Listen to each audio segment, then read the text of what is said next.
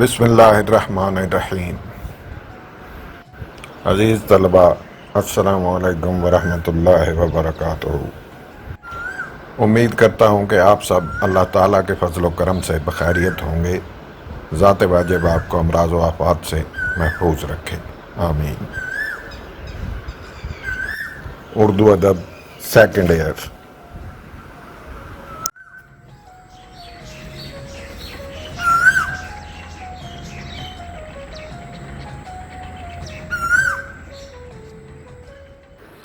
عزیز طلبہ، corona virus کی ہنگامی صورتحال کی وجہ سے پنجاب گورنمنٹ کی جانب سے اور آپ کے کالج کی جانب سے آن لائن کلاسز کا اجرا کیا گیا ہے۔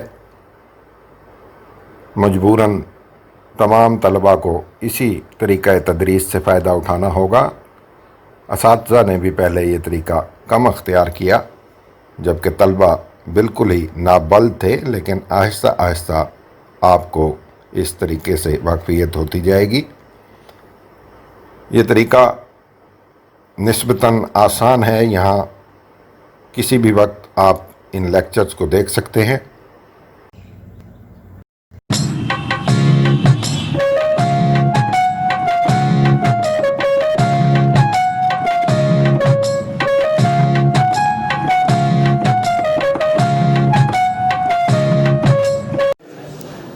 تو آپ تک وہ باتیں نہیں پہنچی ہوں گی، اس کو میں دوبارہ ساتھ کے ساتھ بتاتا چلوں گا، کیونکہ اب ظاہر ہے دونوں کلاسیں میری ذمہ ہیں۔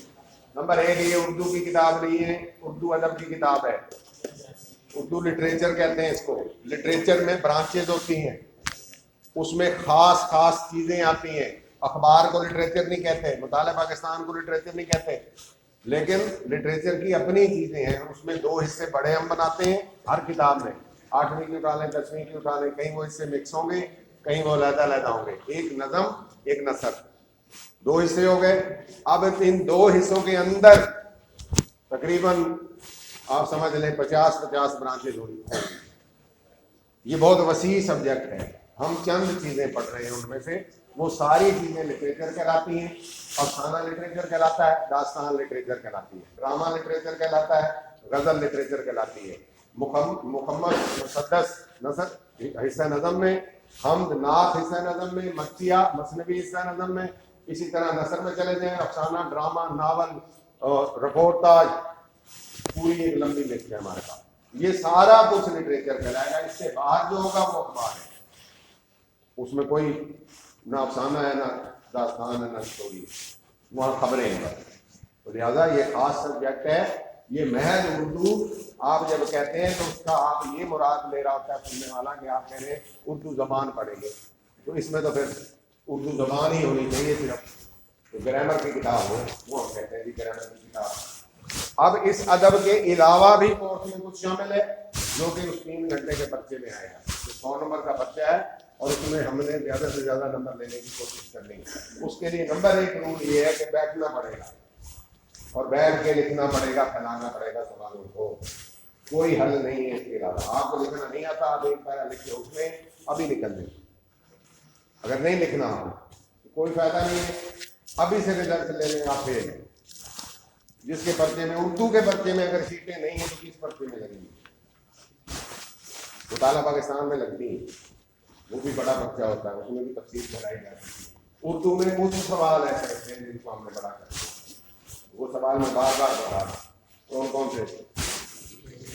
جتنے تشریح کا مطلب ہے پھیلا دو، وہ کہہ رہا ہے پھیلا دو، آپ ایک پیرا لکھ کے کیا کریں گے؟ فضول ہے بالکل۔ آپ اپنا وقت ضائع کرنے کے لیے یہاں بیٹھے، کسی کام کا نہیں ہے یہ کام۔ اگر یہی حرکت آپ نے کرنی پھر کسی اور کام میں جا کر لگے تاکہ اپنے ماں باپ کا ہاتھ بنائیں، جو اس وقت بھی محنت کر رہے ہیں کہ آپ یہاں بیٹھے جو پیچھے کوئی نہ کوئی محنت کر کے گھر چلا رہا ہے، تو وہ آپ پہ بھی ذمہ داری آنی ہے۔ اس میں اچھے نمبر ہوں گے تو آرام سے پوری ہوگی۔ اگر یہی 30، 35، 40 ہوں گے پھر وہیں واپس جانا ہے، وہ کوئی نہیں چھین رہا آپ سے۔ ایک ٹرائی ضرور کریں، اسی وقت میں پڑھنا ہے۔